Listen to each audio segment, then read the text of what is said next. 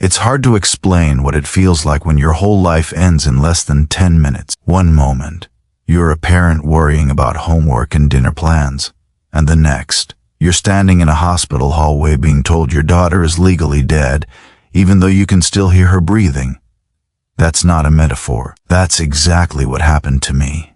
And the reason it happened traces back to one HOA Karen who thought rules and power gave her the right to play God with other people's lives. I never thought I'd be telling this story publicly. For a long time, I couldn't even say it out loud. But after what the state did, after everything they took from us, silence stopped being an option. So I'm sharing this on Karen Stories Daily, not for sympathy, but because people need to understand how quickly the system can turn against you when someone with the right connections decides you don't matter. My daughter was 16, smart, quiet, stubborn in the best way. She loved sketching, hated early mornings, and had a laugh that filled the room when she forgot to hold it back. We lived in a quiet HOA neighborhood, the kind that looks perfect from the outside. Clean lawns, matching mailboxes, friendly smiles that disappear the moment you turn your back.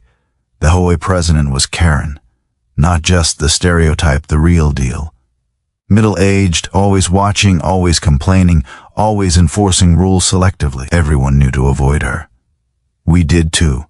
We kept our heads down, followed every rule, paid every fee. We never imagined that wouldn't be enough. It started with a dispute that felt small at the time. A complaint about a shed, then about noise, then about unauthorized activity in our garage. None of it was true, but Karen kept pushing. Letters, warnings, fines. And every time I tried to reason with her, she'd smile and say, "I'm just doing my job." Before I go any further, if you're listening to this and you follow real stories about power, abuse, injustice, and HOA nightmares, make sure you like this video and subscribe to Karen Stories Daily. These stories aren't just entertainment, they're warnings. The night everything changed, I wasn't home yet. My daughter was. There was a fire. I won't describe it. You don't need the details to understand the damage. What matters is that it wasn't an accident, and it wasn't unavoidable. Multiple neighbors later admitted they saw Karen earlier that evening, arguing, threatening to teach us a lesson. But when emergency crews arrived, the narrative was already being shaped. My daughter survived the initial incident. Barely. She was alive when the ambulance took her away. I know this because I spoke to her. She squeezed my hand. That's something no paperwork can erase. But the days that followed were worse than the fire itself. The hospital was suddenly full of lawyers. Not ours. The state's. They asked questions that didn't make sense. They avoided direct answers. Then came the phrase that still makes my chest tighten. The state is stepping in. They declared my daughter legally dead while she was still alive, citing irreversible condition and administrative authority. I wasn't given a choice. I wasn't given time. I wasn't even given clear explanation. And once that declaration happened, everything changed. Our accounts were frozen. Our property was seized. Our home was labeled part of an investigation. Custodial rights didn't matter anymore because, on paper, my child no longer existed. Karen disappeared. Completely. No statements, no accountability. And the HOA? Silent, cooperative with the state. Helpful, like they were relieved. I remember standing in our empty living room days later, realizing that not only had my daughter been taken from me, but everything we owned was gone too. Photos, documents, our house, all seized pending review. That was the moment I understood this wasn't just about one evil person. This was about a system that protects itself first and families last, and that's only the beginning. After the state declared my daughter legally dead, the world stopped making sense. I kept waiting for someone to tell me there had been a mistake, that a form was filed wrong, that a doctor had spoken too soon, but that moment never came. Instead, I was handed documents, cold official papers with stamps and signatures that somehow mattered more than the fact that my daughter was still physically there, still breathing with the help of machines. Every decision was suddenly out of my hands. I wasn't allowed to speak to certain doctors anymore. I wasn't allowed to make medical choices. I wasn't even allowed to be alone with her without supervision. On paper, I was no longer a parent. I was a related party. The state representatives spoke in rehearsed sentences. They used words like protocol liability and irreversible outcome. Whenever I asked how they could declare someone dead who hadn't actually died, they avoided the question. They told me the declaration was administrative, not emotional. That sentence still echoes in my head. And then came the seizure. Our bank accounts were frozen first. No warning, no explanation. Then our house was tagged as part of an ongoing investigation. We were given hours to pack essentials. Everything else stayed behind. Furniture, family photos, my daughter's drawings taped to the fridge. All of it locked away like evidence in a crime we didn't commit. I asked why this was happening. They said it was for asset preservation. Apparently, once the state declared my daughter legally dead, they also decided there might be financial liability involved. Instead of protecting us, they protected themselves. Karen still hadn't been questioned. Neighbors started avoiding me, not because they thought I was guilty, but because they were scared. People had seen what happened to us and didn't want to be next. The HOA sent out a generic email reminding residents to cooperate with authorities. No mention of my family, no sympathy, just compliance. I later found out Karen had given a statement early on, a very detailed one. She framed everything as an unfortunate accident caused by our unsafe behavior. She referenced prior HOA complaints, twisted them into a narrative of negligence, and positioned herself as a concerned official who had tried to intervene. The state accepted her version without challenge. For weeks, I lived in a small motel, driving back and forth to the hospital, fighting to stay present in a system designed to push me out. I slept in my clothes. I stopped eating regularly. Every day felt like a test to see how much more I could lose.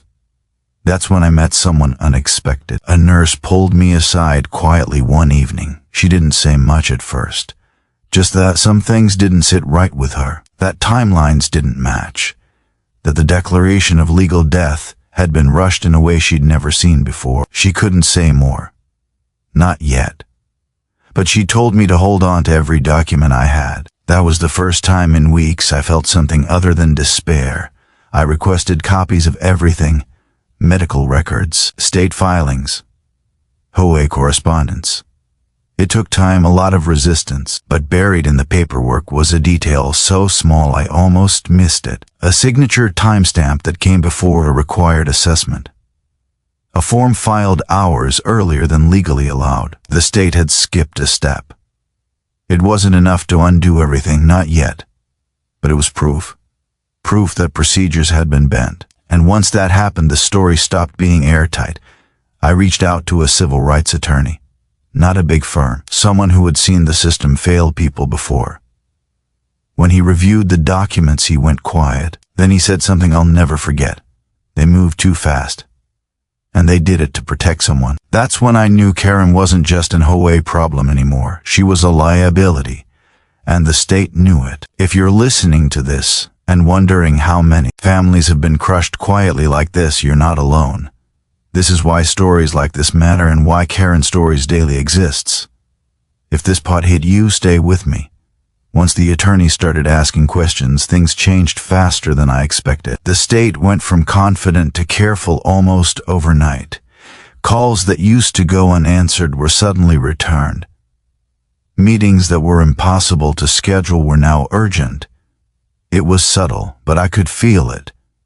They knew something was wrong, and they knew I had proof. The nurse who had spoken to me earlier didn't disappear. She documented everything she legally could. Shift logs, equipment usage times, staff notes that didn't match the official timeline. She never broke the rules, but she made sure the truth wasn't buried. And once those inconsistencies were formally submitted, the state had a problem it couldn't quietly erase. Karen was finally questioned.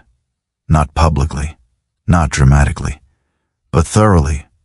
Her early statement didn't hold up when compared against the actual sequence of events. The prior HOA complaints she had referenced were suddenly reclassified as irrelevant. Her concerned official image cracked when investigators saw how aggressively she had pushed for enforcement against our family and how quickly she had positioned herself as a helpful witness. Behind closed doors, the state made a decision. They reversed the legal death declaration. They didn't announce it. They didn't apologize. They quietly amended the record and restored my parental rights. The seizure orders were lifted. Our accounts were unfrozen. Our home was released back to us. It all happened without ceremony, like they hoped no one would notice. But I noticed. And so did Karen. She resigned from the HOA within days. No explanation. No farewell email. Just gone. The board quietly restructured. New leadership. New policies. And suddenly, everyone wanted to pretend they'd always been on our side. My daughter is still here. Recovery has been slow. Hard. Some days are heavier than others. But she's alive. She laughs again, even if it's quieter now. And every time I hear it, I'm reminded that paperwork doesn't define reality, no matter how powerful the people signing it think they are. The state never admitted fault. Karen was never charged. But the truth didn't disappear, and neither did we. Sometimes justice isn't loud. Sometimes it's just survival in the face of a system that expected you to vanish. I'm sharing this now because silence is how this happens to other families. Because if one HOA Karen backed by connections and confidence can trigger a chain of events like this, then no one is as safe as they think. Stories like this are why Karen Stories Daily exists. Not for drama, not for shock, but to remind people that power unchecked always looks for someone smaller to crush. If this story stayed with you, please comment below. Share your thoughts, your questions, or your own experiences. And if you think someone else needs to hear this, share the video. Conversations are how systems change. Thank you for listening. And don't forget to like, subscribe, and support Karen Stories Daily. Your engagement keeps stories like this from being buried.